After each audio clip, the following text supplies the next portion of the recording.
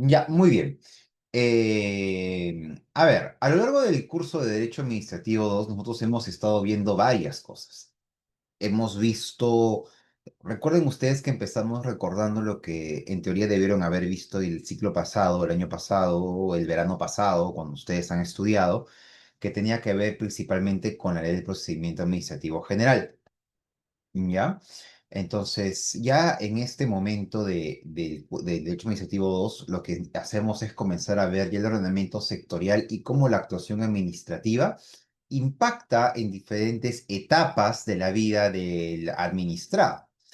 Y dentro de esto, una etapa muy importante es la denominada actividad administrativa de contratación, que la estamos viendo acá. Entonces, la semana pasada, ustedes recordarán que nosotros hablamos de qué cosa. ¿Quién me dice de qué hablamos la semana pasada? Prenda su micro y hable. ¿Se acuerdan o ya se olvidaron? Pública, más que todo cuando se refiere a bienes y servicios, que los cuales adquiere el Estado a través de contratos con proveedores. Así es. La semana pasada, nosotros estuvimos viendo lo que es la llamada Ley General de Contrataciones Públicas, principalmente bienes, servicios y obras, ¿no? Todo esto de aquí. Pero esa es la única manera como el Estado puede contratar. No, el Estado puede contratar de diversas maneras. Y hoy vamos a ver otras maneras. Las APPs, las OXI y los contratos gobierno a gobierno. ¿Qué es una app o una APP? No una app. Asociación público-privada. Es una asociación público-privada, no es la app del celular, no, eso no es por si acaso, no se vayan a confundir aun cuando tienen exactamente el mismo nombre, ¿ya?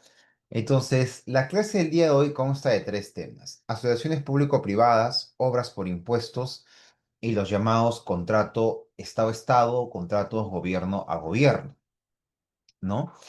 Así que empezamos. ¿Qué es una asociación público-privada? ¿Alguien tiene alguna idea?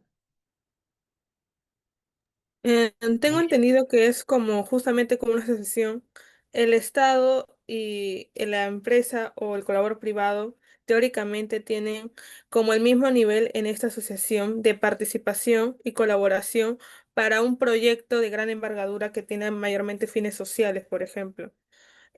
Mayormente en casos en la práctica se dan, por ejemplo, en los que son concesiones, ¿no? Cuando, por ejemplo, en obras de transporte, ¿no? Que tienen un gran impacto en la sociedad. Ok. Johan quería participar también. Bueno, lo veo más como contratos igual entre el Estado y privados para la realización de obras, financiamiento, administración de sean infraestructuras o brindar servicios públicos. Y bueno, en estos casos se tiene una cierta equidad entre el Estado y el privado. Contratos, equidad. ¿Alguien más? Doctor, buenas noches. A ver, Disculpe. Julie. Quería saber si las concesiones podrían ser consideradas como asociaciones público-privadas. Ya. Lo vamos a ver, a lo largo de la clase. Ya. Lo dejamos en stand-by esa pregunta.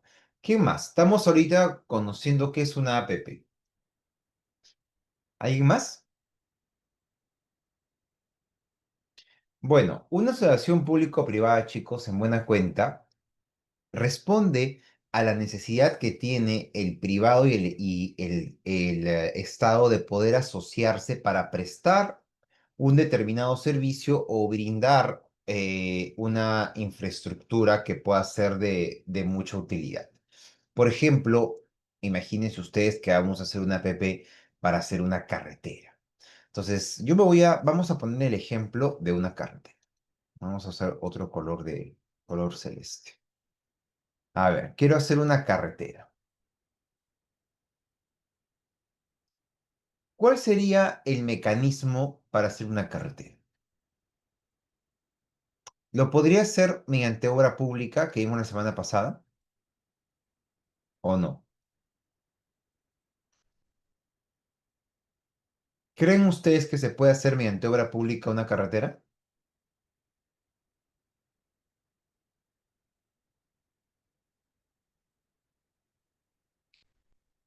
¿Se puede o no se puede? Dime, Jennifer. De poder creo que se puede, pero no sería lo más conveniente, ¿no? Para los administrados, que no sería Imagínate lo que más yo competente. quiero hacer un puente, un bypass, ahí en la puerta de San Marcos por la Loyola Clínica Universitaria. ¿Lo hago por obra pública o no? No, a mi parecer no. Creo que debería también incluirse el sector privado que tendría mejor participación, creo yo. Pero la obra pública no es que la va a hacer el Estado. El Estado convoca una licitación y va a ser un privado el que la va a ejecutar, pero en el marco de un contrato de obra pública. La obra pública no es que el Estado hace la obra, no, no, no, no, no. Un contrato de obra pública, el Estado se debe un contrato con un privado para que lo haga, pero bajo el marco legal de la Ley General de Contrataciones Públicas que vimos la semana pasada. Ese es un contrato de obra pública. El objeto del contrato es la obra pública, ¿ok? Ahora, ese es un camino. Otro camino podría ser una APP. ¿Se justificaría hacer una APP para un puente chiquito? Probablemente no, porque a nadie le va a importar. Entonces, una APP son para proyectos de mucha envergadura y que resulta ser más eficiente que una obra pública. En la obra pública, yo hago un puente, entrego el puente y me desentiendo el puente. Esa es la obra pública. Entrego la obra. Las relaciones público-privadas tienen a veces otras modalidades contractuales. Por ejemplo, aparecen los llamados contratos BOT. ¿Han escuchado de eso alguna vez? Build, operate, and translate. Ajá, Building, Operate and Transfer. Ese es un contrato BOT. Construyo, opero y transfiero. Es un contrato BOT que está dentro de un contrato de APP. Entonces, yo, por ejemplo, imagínense, voy a construir la línea amarilla, la pista esta que pasa por abajo del río Rímac. Building, la construyo.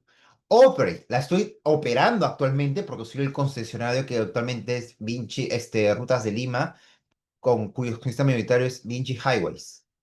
Y luego, cuando acabe la concesión en 30, 40 años, no, no sé la fecha exacta, la voy a transferir al Estado. ¿Y qué va a hacer el Estado? Convocará probablemente otra licitación para que haya o alguien que la vaya a operar nuevamente. ¿Me entienden todos? Chicos, todos me están entendiendo. Luego, a mí, este es uno de mis temas favoritos. Y esto de aquí quizá podría preguntar en el examen final. O sea, este es uno de los temas que más me gustan a mí y de los que más me gusta preguntar. Entonces, por favor, pregúntenme, perdón, díganme si no me están entendiendo. Quiero que quede clara la diferencia entre los contratos en el marco de la ley de contrataciones públicas que vimos la semana pasada y estos otros tipos de contratos que son contratos de mucha mayor complejidad para obras mucho más complejas. Todos los caminos llevan a Roma. Otro ejemplo, el ejemplo de Kunturhuasi. ¿Saben qué era? ¿Se acuerdan? ¿Saben del caso Kunturhuasi que el Perú acaba de perder en el CIADI por el aeropuerto de Chincheros? ¿Qué pasó en el aeropuerto de Chincheros? Ahí es al revés. Ese contrato empezó, era una APP para la construcción del nuevo aeropuerto. Y la APP tuvo muchos problemas para el cierre financiero, pero problemas más mediáticos y que la prensa comenzaba a hostigar de una manera que no fue la más óptima, que finalmente el gobierno termina por resolver el contrato y está ejecutando actualmente la construcción del aeropuerto mediante el esquema tradicional de obra pública. Entonces usas el esquema tradicional para construir el aeropuerto, pero luego vas a tener un problema porque ¿quién te va a operar el aeropuerto? El aeropuerto. Vas a tener que convocar una licitación para que alguien te opere el aeropuerto por un determinado tiempo. Pregunta, ¿yo podría licitar la operación de una infraestructura por la Ley General de Contrataciones Públicas? ¿Sí o no? ¿Qué me dice?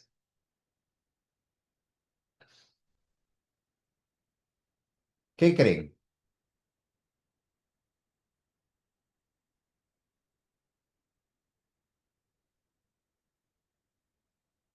Chicos, están para equivocarse, pues díganme, ¿sí o no?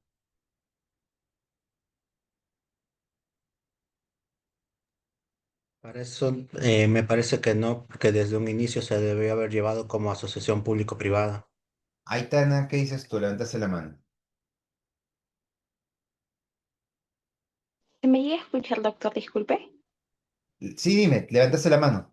Sí, ok.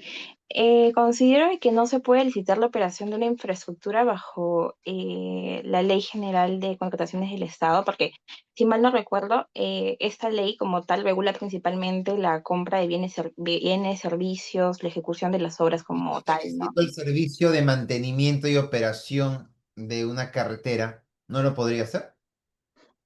Considero que, si mal no recuerdo, no contempla la explotación o operación de infraestructura pública como objeto de contratación, pero no estoy del todo segura. Eh, no sé, lo que podrías hacer ahí, hay una limitante, que para que una operación sea atractiva para un inversionista, tienes que darle un contrato de 30 años, 40 años, 50 años. ¿Cuánto es el tiempo máximo que tú puedes tener un contrato en el marco de la Ley General de Contrataciones Públicas? Son 3 años.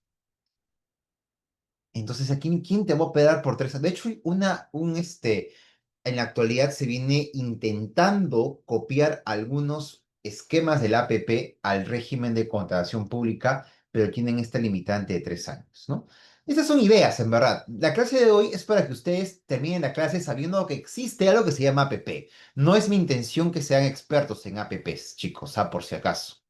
Si algún día quieren ser expertos, pueden meterse al curso de concesiones, al curso lectivo de regulación, donde ahí se les va a mandar a analizar un contrato de 700 hojas sobre APPs. Pero acá no, acá solamente para que sepan que existen otro tipo de contratos. Entonces, ¿queda clara la diferencia entre un contrato de APP y un contrato de obra pública tradicional o no? Si no queda clara la diferencia, por favor, dígame para explicarlo nuevamente. Lo que yo quiero es que ustedes entiendan exactamente este tipo de diferencias. Johan, parece tu micro. ¿Querías decir algo? No sé, iba a decir si lo podía explicar una vez más. Por supuesto, por eso estoy acá, pues yo tengo que, mi trabajo es explicar. Si no, no sería pues el profesor. Así que pregunten. A mí no me molesto más bien cuando no me preguntan. A ver, la semana pasada, estos me paran llamando a venderme Fusion, creo, a cada rato llaman. No sé quién es esta gente. Este, la semana pasada les dije que el régimen de contrataciones públicas, y en general en cualquier país es así. O sea, esto es un caso en Chile. O sea, yo acá tengo libros de Chile, de muchos países, de Argentina, Colombia. Tienes el régimen general, el abundante. ¿Qué es lo típico? Lo normal que tienen todos los países. Contrato de bienes, obras y servicios. ¡Qué bien! Carpetas. ¿Qué servicio? Servicio de limpieza. ¿Qué obra? Un pabellón para una escuela que no tiene pabellón, no sé, un colegio, un hospital, no sé. Una obra. Eso es obra. ¿Quién ejecuta la obra? ¿Quién da el servicio? ¿Quién da el bien? Lo dan los privados. Voy a crear el nuevo pabellón de la Escuela de Derecho de San Marcos, ahí al costado donde juegan fútbol, y voy a levantar un edificio. Voy a convocar una licitación. Firmo un contrato de obra pública. ¿Entre quién? Yo, Estado, con el consorcio, no sé, de los contratistas Vázquez, Limache, Hernández, consorciados los tres. Ahora son el nuevo club de la construcción y van a hacer pues ahí un pabellón. Imagínense. En todo momento, ese contrato es una interacción entre el privado y el público, pero el privado está presente. En el esquema nuestro es el privado el que se presenta. Incluso empresas extranjeras, sobre todo chinas, actualmente están licitando, que son empresas públicas, que vienen aquí como privados. Profesor, y una pregunta, ¿podría darse el caso que tenemos que una empresa pública brinde servicios a otra entidad del Estado? Sí, pero son mucho menores. Un ejemplo, ¿Ustedes han escuchado de una sustancia llamada tritio?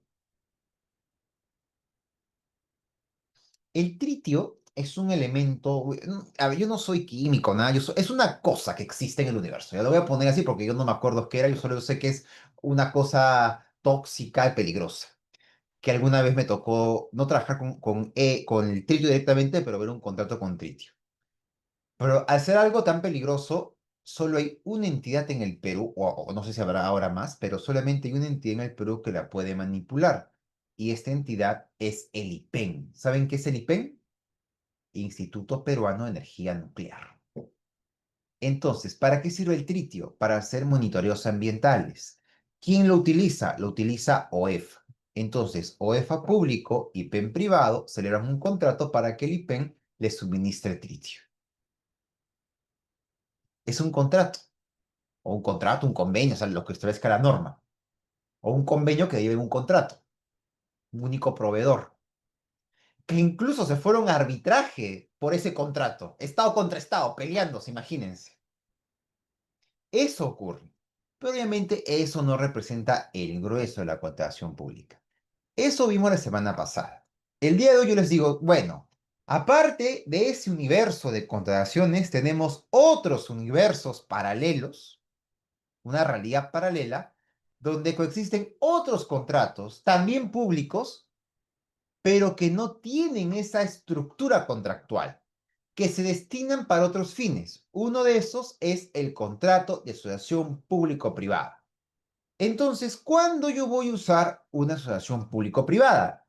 Lo voy a usar cuando tengo un proyecto de gran envergadura. El anillo vial periférico, el metro de Lima. Son contratos que por su complejidad, la ley de contrataciones del Estado queda chica. No se puede. Porque no es simplemente voy a hacer un pabellón, no, voy a hacer un edificio y se acabó. Imagínense el metro de Lima, tuneladoras, excavadoras, interferencia, es mucho más complejo. Por eso, ustedes que están en cuarto año de derecho, el próximo, dime Isaac. No, le voy a preguntar si es que cuando se refiere a que no se puede, es porque prácticamente o la ley sí se puede. No, es que no sería conveniente. Y justamente voy a eso. Tú un contrato de obra pública, tú tienes, aparte de tus términos de referencia, ya tienes casi todo establecido, una plantilla contractual. Tendrás tu metrado, pues tu columna, poner acá, ya. Pero es un contrato nominado, si lo quieres llamar de alguna manera. ¿Saben qué es un contrato nominado, no? Compraventa, Tiene nombre. alquiler, o sea, los contratos nominados. ¿Y qué es un contrato innominado? Es un contrato que tiene tal complejidad que tienes que adecuar la realidad se va a plasmar en el contrato. Entonces, si yo voy a hacer una APP, todos los contratos por APP son contratos innominados.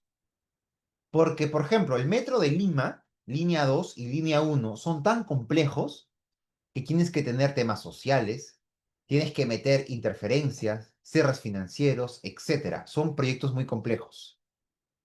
El anillo vial periférico. El túnel que pasa bajo el río Rímac. Hacerlo por obra pública no sería eficiente. Y además que no te va a dar el contrato. Se demora mucho tiempo en la ejecución. Miren el Metro de Lima, ¿cuántos años desde el gobierno de Antumala se firmó el contrato? Ya han pasado creo que 2 gobiernos y sigue ejecutándose. Entonces, para esos proyectos complejos tenemos la APP. El contrato donde va a venir el Estado con el privado y se van a asociar. ¿De qué manera? Lo vamos a ver ahora. ¿Cuál es la evolución normativa? Las APPs comenzaron con su boom en el año 2008, cuando yo estaba en tercer año de Derecho. Y de hecho, el año siguiente, en Derecho Administrativo 2, mi profesor, el doctor Richard Martin Tirado, por primera vez en mi vida escuché el término APP. Y nos enseñaron con la ley de Alan García, el decreto legislativo 1012, la APP. Es el momento de apogeo de las APPs. ¿Y por qué es el momento de apogeo de las APPs? Es el momento de apogeo de las APPs porque en ese momento las privatizaciones, que eran el boom, estaban en declive. Entonces, el decreto legislativo 1012 subsume las APPs como una modalidad contractual para el desarrollo de infraestructura pública y servicios públicos. Luego tenemos el año 2015 el decreto legislativo 1224, que es la consolidación de las APPs. APPs y proyectos en activos. En 2016, con el decreto legislativo 1251, que habla sobre proinversión, la mejora en calidad de proyecto, la lucha anticorrupción y transparencia. Y el día de ayer, en el Congreso de la República, se ha aprobado una modificatoria a la ley de APPs. O sea, es una norma que está en constante cambio, ¿no? El decreto legislativo 1362 es la ley que promueve la inversión privada mediante APPs y proyectos en activos. Y tenemos su reglamento, que es el Decreto Supremo 240-2018, Economía y Finanzas. Y además que ayer se modificó. ¿Ok? Entonces, esto es algo que nosotros tenemos que tener en consideración. ¿Ya? Hay un librito chiquito donde por acá lo tengo, creo, no sé, por ahí espero que está. Si a alguien le interesa, creo que es el libro más completo de APPs, tiene como 100 hojas, que es del doctor Richard Martin, que justamente habla de esto, ¿ya? Es un tema bien, bien interesante, el tema de las APPs. Entonces, en la APP, el público con el privado comienzan a tener una colaboración muy cercana. Y en esta colaboración, ambos comienzan a compartir qué cosa: experiencias, conocimientos, equipos y tecnología. ¿Para qué sirve la APP? Para distribuir riesgos y recursos, preferentemente los privados. Cuarto año de derecho y están llevando contratos parte general. ¿Qué es un contrato? ¿Qué me dice? Un acto jurídico bilateral. ¿Y qué hacemos en un contrato? ¿Qué Acordamos distribuimos? voluntades para el Un inicio de una relación jurídica. ¿Qué acuerdo de distribuye, voluntades. qué distribuye en un contrato? Como Derechos y obligaciones. Ok, esa es la forma civilista de definirlo. relaciones pecuniarias. En la forma del derecho administrativo más pensado en los recursos, en hacer dinero, un contrato en buena cuenta le sirve para dos cosas: para distribuir riesgos y recursos. Y los riesgos y los recursos son transversales a los derechos y las obligaciones. Entonces, quiero que hagan con ustedes, hacemos un ejercicio. Vamos a crear el aeropuerto internacional de Chancay. Chancay está como 1 hora y media de Lima, más o menos, ¿no? Hasta la Universidad de San Marcos tiene sede en Chancay, creo. Un aeropuerto internacional en Chancay, mediante una APP. Entonces, cuando ustedes son practicantes de la dirección y les hace su jefe una pregunta, vamos a diseñar un proyecto de contrato. O sea, que el contrato mínimo va a tener 500 hojas. Y en este contrato hay que distribuir los riesgos. El riesgo, miren, de construcción, ¿quién lo asume? ¿El Estado o el privado? El privado. El privado. El privado, eso es lógico, ¿no? El riesgo de... El riesgo político. El riesgo político es que pasa alguna cuestión política que te malogré el proyecto. ¿Quién lo debería asumir? El Ah, Estado. El Estado. Riesgo por el tipo de cambio. el El Estado. Estado. De repente el Estado. Riesgo de terrenos. O sea, por expropiar terrenos o quitar terrenos. ¿Quién lo debería asumir? Estado. Depende. ¿Por qué depende, Maciel? Porque depende quién de las dos opciones, quién tuviera una mayor, o sea, la solución al problema de los terrenos ¿quién estaría más cercano a darle una solución más rápida o eficaz? Por ejemplo, yo me acuerdo un ejemplo que usted dio de que el Estado puede expropiar, pero también, por ejemplo, el privado podría negociar Ujú. con los propietarios de estos terrenos. Bueno, entonces está bien. Este pequeño ejercicio es para que ustedes vean que en las APPs es así. Por ejemplo, el riesgo, si es un proyecto, hay proyectos por APPs que no son rentables para el privado. Entonces el Estado te dice, mira, el proyecto vale 100%. Yo voy a poner el 30% y tú pon el 70%. Entonces el riesgo de financiamiento es un riesgo compartido. ¿Y por qué el Estado hace esto en ciertos proyectos? Porque son proyectos que tienen una alta rentabilidad social. ¿Ok? ¿Queda claro, chicos? Muy bien. Entonces, esto se celebra mediante la suscripción de diversos contratos, como son el contrato de concesión, el contrato de gerencia, operación, entre otros. Ay, me pasé. ¿Para qué? Para crear, operar, desarrollar, mantener, mejorar. Tenemos infraestructura pública, proveer servicios públicos, servicios vinculados a la infraestructura pública, investigación aplicada. Hay APPs que tienen que ver con ciencia y tecnología, por ejemplo. No generan derechos reales sobre bienes públicos. Una APP no te va a generar un derecho de propiedad ni menos de posesión. O sea, imagínese, el operador de la línea marina no te va a decir cuando acabe su concesión en 60 años, bueno, soy poseedor y voy al Poder Judicial para que me reconozca la posesión sobre la vía. Eso no va a suceder jamás, pues, ¿no? No hay transferencia de propiedades. Entonces, una APP, ¿cómo identificamos una APP? Contratos a largo plazo, distribuir los riesgos, mecanismos de pago, garantizar nivel de servicio, acumular múltiples funciones del proyecto, generar compromisos de Estado, elevados montos de inversión y desarrollar infraestructura de uso público. ¿Ok? ¿Queda más o menos claro qué es una APP? Bien. ¿Cuáles son los principios que tenemos que tener en consideración al momento de operar un proyecto de APP? Principio de competencia. ¿Quién es quién tiene la competencia? Transparencia, enfoque en los resultados, planificación, responsabilidad presupuestal. Una APP implica una gran operación de endeudamiento. Y como tengo una operación de endeudamiento tan grande, tengo que tener bastante responsabilidad. Tenemos también integridad, sostenibilidad ambiental, valor por dinero, algo muy importante, ¿no? El value for money. ¿Alguien sabe qué es el valor por dinero?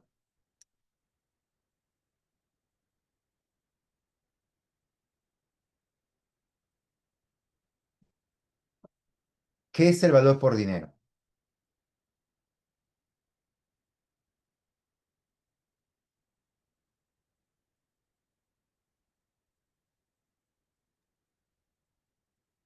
Uy, a veces el servicio público acaban de suspender las clases el sábado. Qué novedad. San Marcos hacen por cualquier... ¿Ahora por qué? De repente hay un almuerzo. Bingo, hay simulacro de admisión, me parece. Imagínate. Los que llevan dictan sábado, creo que la mitad del año es virtual.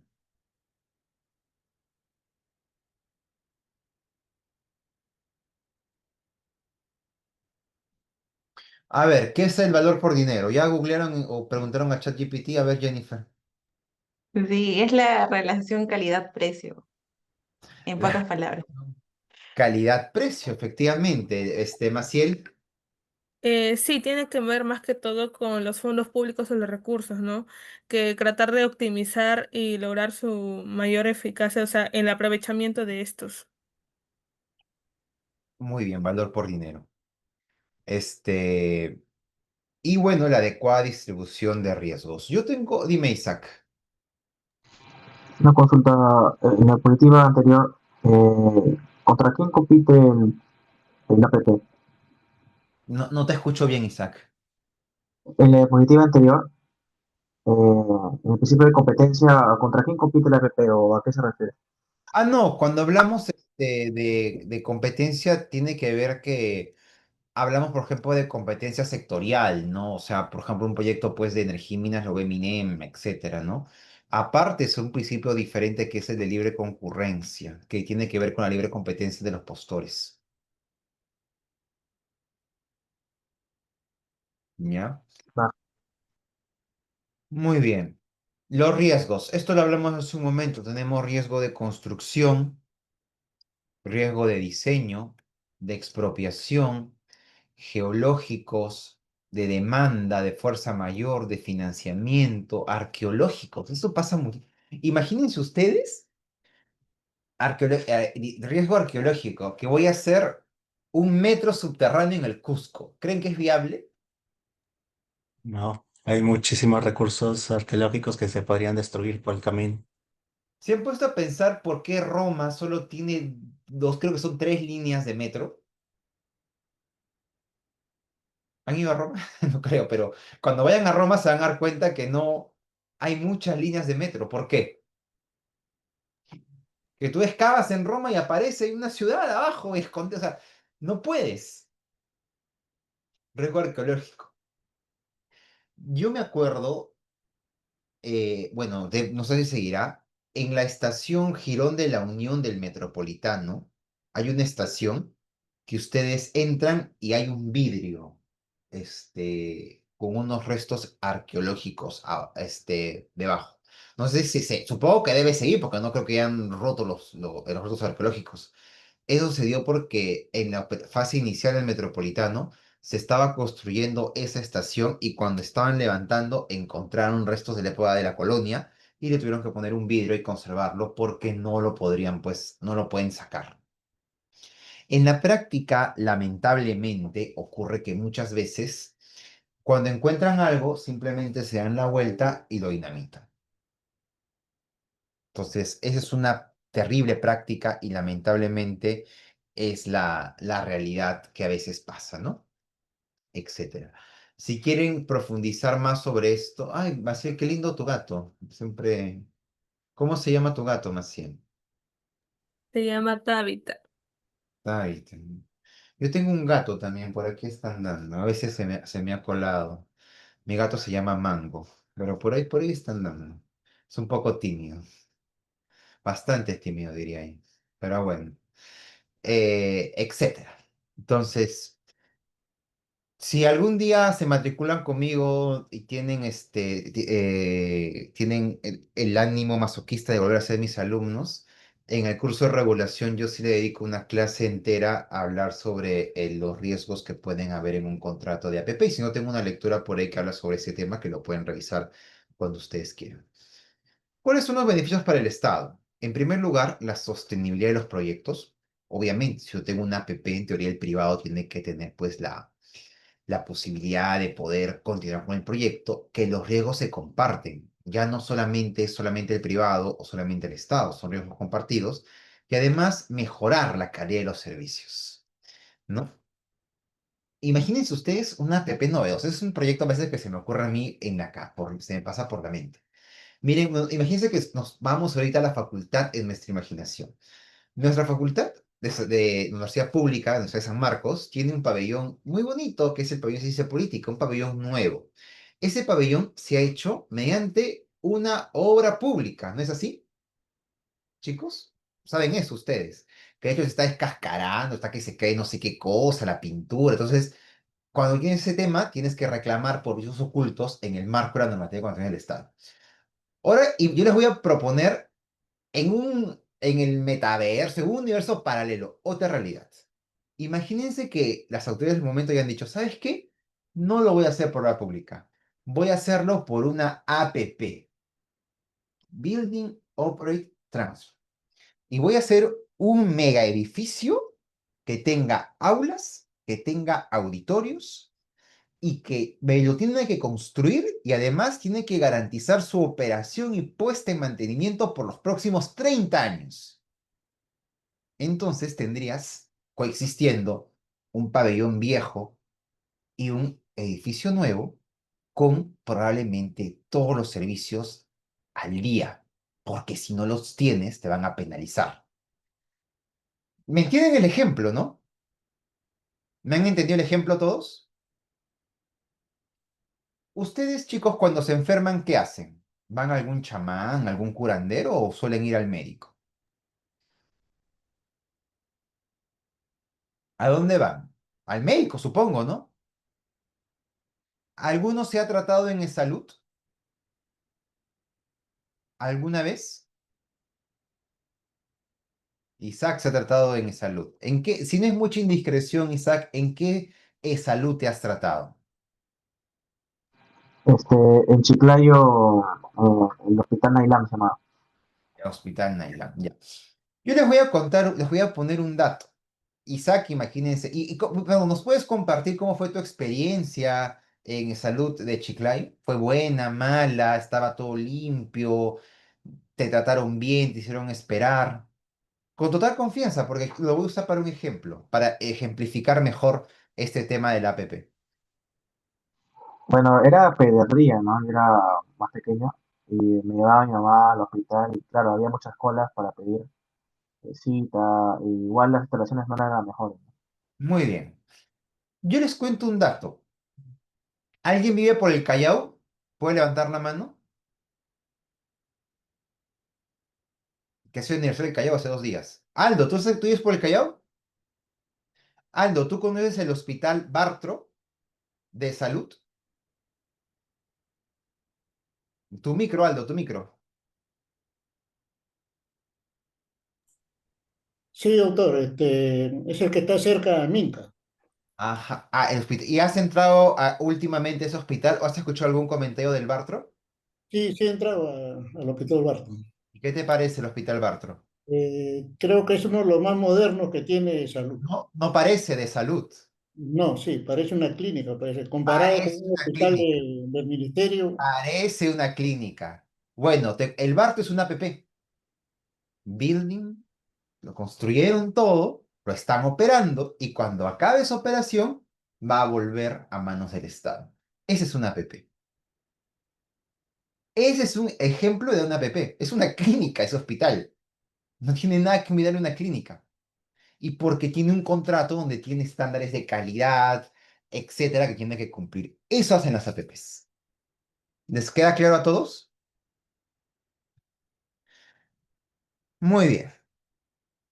Ahí tiene que ver esto con la mejora de la calidad de los servicios. Incrementan competitividad, generan empleo y contribuyen a reducir la pobreza, reducen el déficit de infraestructura, que es enorme, y es una fuente de financiamiento para los proyectos públicos. ¿Cómo vamos a diferenciar las APPs? La vamos a diferenciar de dos tipos, sobre proyectos autofinanciados, o sea, proyectos que por sí solos se pagan, y proyectos cofinanciados. Por ejemplo, buenamente, la línea amarilla. La línea amarilla es un proyecto autofinanciado porque se financia por sí solo cuando te pagas tu peaje de 6 soles 30 y estás pasando y se paga, autofinanciado. Un proyecto cofinanciado puede ser, por ejemplo, creo que Majes Siwas es cofinanciado, que requiere que el Estado tenga que dar dinero o que el Estado tenga que presentarse como un garante para obtener el financiamiento. Entonces, ese es el cofinanciado. En el autofinanciado únicamente vamos a revisar el denominado diseño del proyecto y en el cofinanciado vamos a revisar el invierte PE y también el diseño del proyecto. ¿Por qué el invierte PE? Porque hay que incluirlo dentro de los procedimientos internos de financiamiento que tiene el Estado peruano porque va a implicar una operación de endeudamiento. Entonces, miren ustedes cómo se clasifican las APPs. La APP autofinanciada, a veces no se requiere una garantía financiera. A veces hay una garantía no financiera y una garantía financiera. Y las cofinanciadas piden un cofinanciamiento total o parcial y también el tema de las garantías. No se preocupen tantos, como les digo, mi intención pues no es que hagamos un curso de APPs. Simplemente es presentarles este universo de contratos que hay, ¿no? ¿Cómo se origina una APP? Una APP puede ser por iniciativa estatal. Ejemplo, línea 2 del metro. Esta es una APP por iniciativa estatal. Y ahora también las líneas 3 y 4. que han dicho que van a hacer por APPs o gobierno a gobierno, no sé cómo lo van a hacer.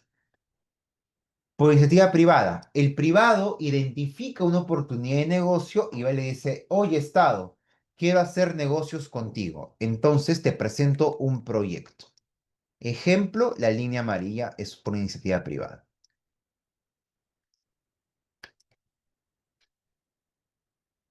¿Ok? Y finalmente, para cerrar esta conversación sobre APPs, ¿cuál es la fase de una APP? La APP primero tienes que planearla y programarla.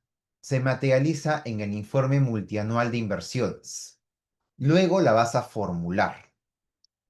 Diseño del proyecto, evaluación del mismo y formulación. Luego la vas a estructurar. Apruebas el plan de promoción y el diseño del contrato.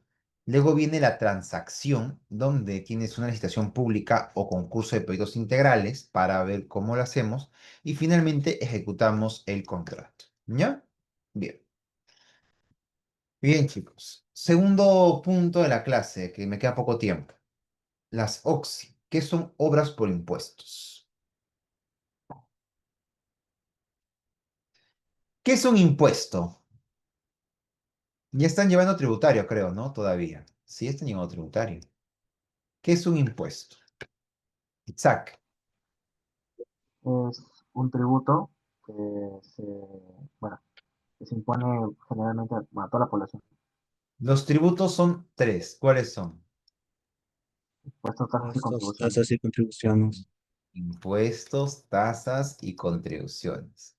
¿Y qué es una obra por impuesto? ¿A qué le suena?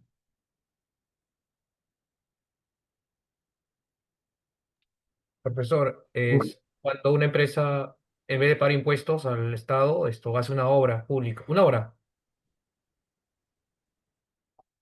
Así es otra modalidad de obtener inversión, donde las empresas financian y ejecutan proyectos de inversión y o actividades de operación o mantenimiento a favor de una entidad pública con cargo al impuesto a la renta u otros tributos. Entonces, el Estado cancela a la empresa el monto invertido otorgando un certificado de inversión pública que puede usarse únicamente para el pago al impuesto a la renta. Se creó en 2008 con la finalidad de permitir la colaboración entre el sector público y el privado y reducir la brecha de infraestructura. De hecho, tenemos ejemplos, hay muchísimas horas por impuestos, y les comento una iniciativa reciente que es justamente de Lima Expresa, que es del operador de la línea amarilla, que ha propuesto, por ejemplo, vía horas por impuestos, hacer intercambios viales y puentes con la finalidad de mejorar el acceso al aeropuerto Jorge Chávez, al nuevo terminal. Entonces, para esto acá, la entidad pública tiene que celebrar un convenio de inversión con la empresa privada y acá hay una empresa supervisora y también hay un ejecutor donde hay una supervisión de la obra mediante un contrato privado. ¿Ok? ¿Cuáles son los principales actores de los mecanismos de obras por impuestos? Tenemos una entidad pública que se va a encargar de priorizar el proyecto y va a aprobar las bases de los procesos de selección buscando a la empresa privada. Tenemos la empresa privada que se va a encargar justamente de la fase de ejecución, operación y mantenimiento del proyecto cuando corresponda. Tenemos al ejecutor del proyecto que va a elaborar el expediente técnico y la entidad privada supervisora. ¿En qué nos beneficiamos con una obra por impuestos? Con las obras por impuestos aceleramos obras públicas, permite ejecutar obras públicas de una manera más eficiente. Hay un financiamiento privado, porque está 100% financiado por el privado. Hay procesos simplificados, porque al ser una obra por impuesto, ya el Estado únicamente se encarga la supervisión y también se encarga, perdón, obviamos cualquier tipo de trámite burocrático, etcétera, porque la prestación como tal recae sobre el privado. Entonces va a ser una obra hecha por privados, con contratistas privados, donde no se va a aplicar la normativa de contratación del Estado y eso puede resultar mucho más ágil. Y hay un desarrollo alineado. Los proyectos se ejecutan mediante este mecanismo de OXI, mejoran la calidad de vida, la competitividad y el desarrollo nacional, regional y local. El pago de tributos también es una cuestión positiva porque las empresas, al obtener sus certificados de inversión, los utilizan para pagar su impuesto a la renta, es un acceso a nuevas oportunidades y también se va a fortalecer la imagen. ¿Ok? ¿Cómo se hace, cómo es este mecanismo para ejecución de horas por impuestos? Primero, tenemos que identificar el proyecto. Luego, revisar la capacidad presupuestal, priorizar el proyecto y publicar la lista de proyectos priorizados. Luego hay un proceso de selección. Hay un comité que lo va a ver, una certificación presupuestal, elaborar las bases. Hay que tener siempre un informe previo de la Contraloría General de la República y la aprobación de la versión final de las bases. Viene el proceso de selección de la empresa privada y la supervisora, donde hay una convocatoria, se busca la empresa y selecciona la empresa. Y luego se suscribe este convenio, se elabora un expediente técnico, se ejecuta la obra, conformidad a la obra y finalmente la emisión del certificado. La base legal de esto ha ido cambiando desde el año 2008, 2002, en 2022, el 23 y actualmente el año pasado hubo una pequeña modificación al reglamento de la norma que se aplica. Bien, ese es el tema de horas por impuestos, también bastante superficial para que ustedes sepan que existe este otro mecanismo de vinculación. Los contratos gobierno a gobierno. ¿Quién me dice que es un contrato gobierno a gobierno, G2G, Estado a Estado?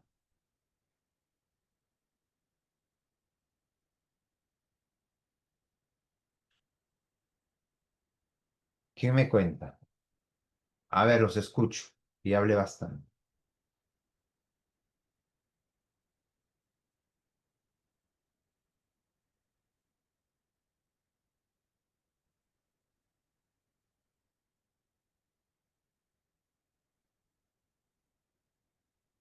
¿Nadie?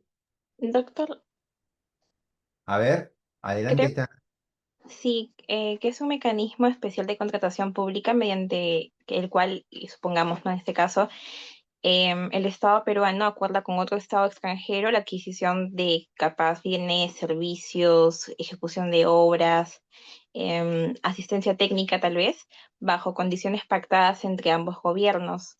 Y creo que en este caso se aplican normas de derecho internacional, si es que no me equivoco. Ya, muy bien. A ver, le vamos a pedir a alguien que nos ayude a leer toda la diapositiva. De repente a Johan. Eh, Es un G2G. Mecanismo de contratación a través del cual un gobierno contrata la adquisición de bienes, prestación de servicios, ejecución de obras, gestión, desarrollo u operación que serán prestados y ejecutados por otro gobierno conforme a los mecanismos y condiciones pactadas entre ambos estados, logrando objetivos y beneficios para ambas partes. Excluido el ámbito de aplicación de la LCE, Ley de Contrataciones con el Estado, se regulan bajo los alcances del comercio internacional y por las normas y principios del derecho internacional. Principio de la igualdad jurídica y soberanía de los estados, principio de proporcionalidad, principio de protección al medio ambiente, principio de limitación, principio de la necesidad militar, principio de humanidad, principio de distinción, defensa. Muy bien, pregunta chicos. ¿Los G2G son algo nuevo o ya existen desde hace muchos años?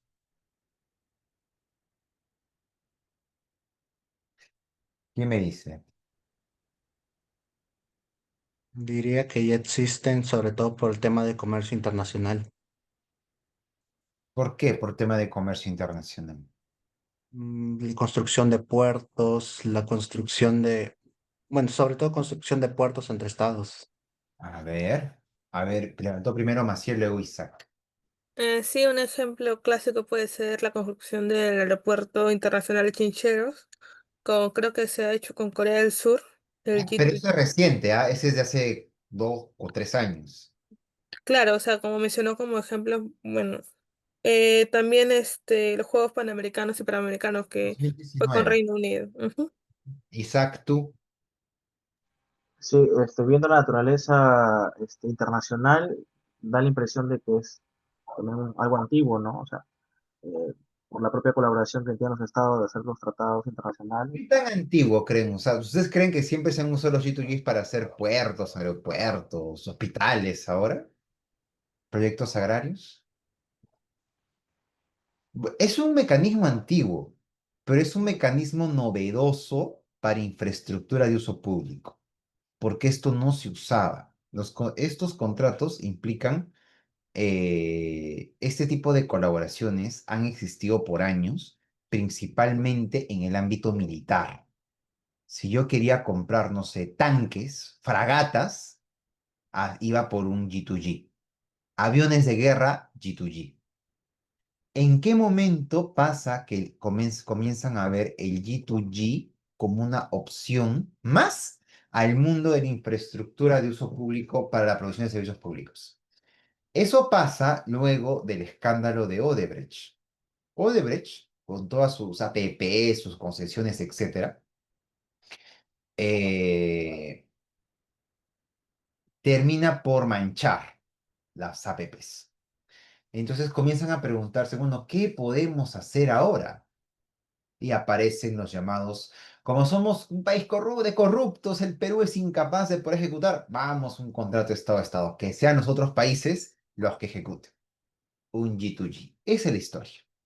Entonces, el tenor de la inversión privada en el Perú empieza con la privatización. La privatización luego, no, corrupción en la privatización. Viene en la época, las concesiones. Corrupción en las concesiones, ya. Las APPs. Corrupción en las APPs, G2G. Y actualmente todos los mecanismos existen. Que de hecho, la pregunta que me hicieron es si un contrato de APP es un contrato de concesión. Sí, pues un contrato de APP en buena cuenta es un contrato de concesión. Pero la diferencia es que en el contrato de APP sí hay una asignación, no diría si simétrica o asimétrica, pero sí una asignación de riesgo mayor. Entonces, la APP es una suerte de evolución de las concesiones que se dieron en la década del 90, década de los 90, 95, 96. ¿Ya? Y en la actualidad, el contrato Estado-Estado o contrato gobierno-gobierno ya existe para la provisión de servicios públicos. Lo pueden ver ustedes, Chavimochic, Chincheros con los coreanos, Chaimochis son los canadienses, ahorita los franceses están como hospitales y la carretera central, Reino Unido que tuvo todos los panamericanos, etcétera, y es un modelo que lo ven interesante. ¿Por qué? Porque en teoría con este modelo te excluyes del ámbito de aplicación de la ley de contratación del Estado y vas a aplicar las normas de contratación pública que tienen otros países. ¿Ok? Es un tema muy complejo, de hecho son contratos muy sofisticados de ingeniería, porque esto de aquí va de la mano con otro tipo de contratos que son contratos NEC, utilizando sobre todo con modelos de contratos FIDIC. Son contratos muy complejos. Bueno, de hecho los invito en el curso de seminario administrativo que está a mi cargo los días martes de 7:30 de 6 a 7:30. Por las próximas 4 semanas vamos a hacer contratos NEC y contratos FIDIC. Son temas que no se dictan en pregrado, pero que sí es bueno que de repente puedan ustedes tener alguna pincelada o noción de esto, ¿no? De repente es un poco muy complejo, obviamente se dicta a nivel de posgrado, pero ¿por qué no? Me parecería bien que en pregrado también lo puedan ver ustedes estos temas, ¿no? Entonces, en el objeto de connotación tenemos la transferencia de tecnología, equipamiento, defensa, asistencia técnica, ingeniería de infraestructura y gestión y operación. Y los objetivos, transferencia de conocimientos para poder generar capacidades y la cooperación con el equilibrio entre las partes. ¿Cuáles son los principales atributos de este tipo de contratos? Una mayor capacidad de negociación. Como no voy a aplicar la norma peruana, voy a aplicar, no sé, la norma de Reino Unido, la norma de Francia, la norma canadiense, la norma de Japón o de Corea del Sur. En teoría tengo una mayor flexibilidad, ¿no? Y reduzco costos y riesgos de procura y la solución de controversia sin paralización del proyecto. Tenemos también un incentivo para fortalecer la política de cooperación, de fomento de relaciones bilaterales y la expansión internacional. ¿Cuáles son los actores involucrados? Ministerios de Relaciones Exteriores, embajadas, etcétera, empresas de gobierno contratado, entidades contratantes, entre otros. Han habido cambios, modelos interesantes. Para que esto ocurra hay que firmar un MOU, que es un contrato operativo, que nos brinda al Perú asistencia especializada. Y puede al final un contrato Estado-Estado. No solamente es, oye, ¿sabes qué? Le digo a los franceses que me hagan el hospital o a los ingleses que me hagan las instalaciones deportivas. No. Esto también tiene que ver con una transferencia de conocimientos. Como el Perú en teoría no tiene experiencia en estos proyectos de una gran complejidad, lo que se hace con estos proyectos es que el Estado peruano puede adquirir la capacidad, pueda adquirir la posibilidad de conocer cómo se tramitan este tipo de proyectos, ¿ok? Y es una asistencia mucho más interesante. La ley de contrataciones permite en una de sus disposiciones finales que se celebren ese tipo de contratos y se establece también los mecanismos que se tienen que realizar. ¿Ya? ¿Alguna pregunta hasta aquí, chicos? Bueno, esto de aquí nos podría demorar medio año hablando, ¿ah? Así que la idea solamente es que ustedes en este curso, que es el curso introductorio de Derecho Administrativo, sepan que existe esto.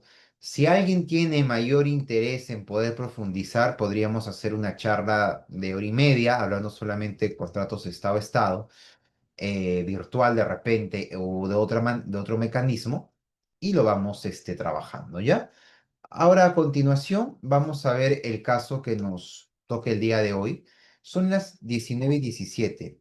Les voy a dar unos 5 minutos para que lo revisen y luego de eso empiezo a preguntar de forma aleatoria cualquiera que esté en mi lista, ¿ya? Así que no se luego me digan que, uy, justo se fue el internet, se fue la luz y no me responden, ¿ya? 5 minutos, por favor.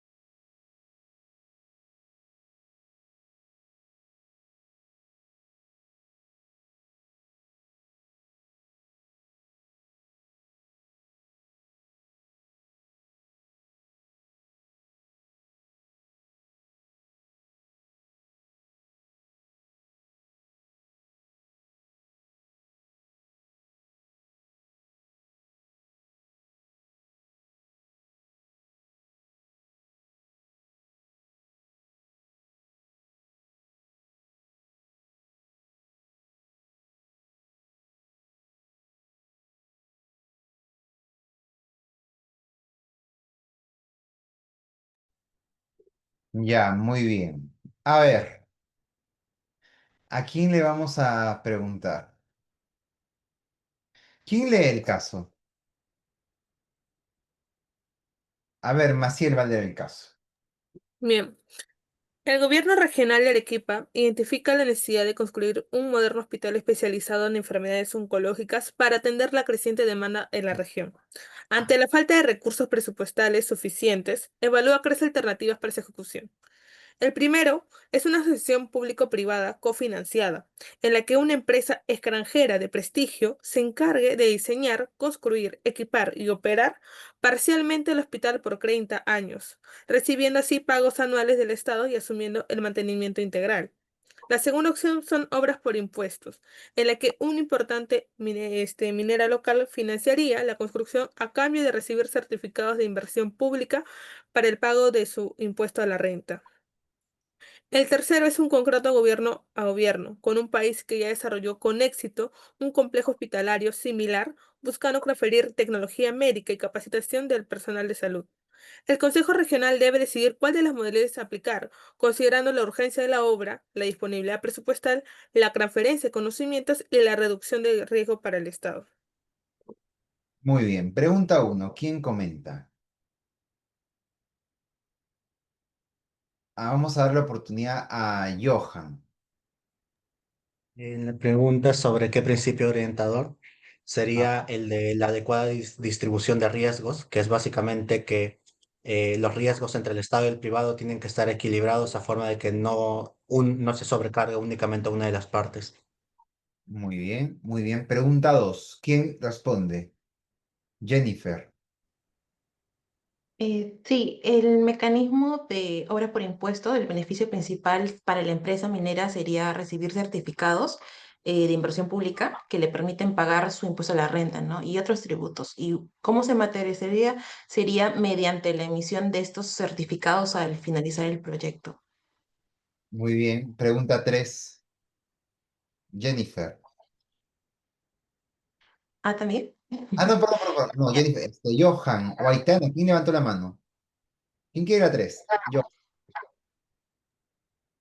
En el caso del 3 es básicamente permitir que cualquier controversia pueda ser solucionada sin la paralización de la obra. Me recuerda mucho a las juntas de resolución de disputas o a las Esto es. dispute boards, Efectivamente. que Clase. usualmente están incluidas Bien. en los contratos FIDIC.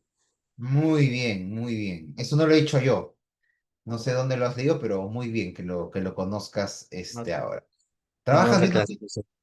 ¿Lo dije yo en la otra clase? No me acuerdo. Eso. No, No. no, en una clase de otro curso que he tenido, profesor. ¿Aquí en San Marcos están hablando de contratos FIDIC ya? Imagínate. En arbitraje, claro, ¿Con quién hace arbitraje? con el profesor Alessandro Bergel. Pues definitivamente, pues Alessandro te va a comentar eso. Muy bien. Aitana, tú la 4. Sí, doctor. Bueno, la diferencia principal está en la fuente claramente de ingresos. En la APP cofinanciada, el Estado aporta recursos, es decir, financiamiento, perdón, o pago por disponibilidad, complementando los ingresos claramente del proyecto. Y en la APP autofinanciada, el privado recupera toda su inversión únicamente con los ingresos generados por el mismo servicio, sea por peajes o tarifas, sin aporte del Estado mismo. Muy bien, muchas gracias, chicos. ¿Y dónde está Isaac que no ha participado? Seguro ha sido por ahí a la calle. Se apagó su cámara. Pensé que estabas en la pollería, no sé, como no estás tú siempre participas. Bueno, ya chicos, con esta clase cerramos, no el curso, cerramos la unidad correspondiente a, a contratos públicos.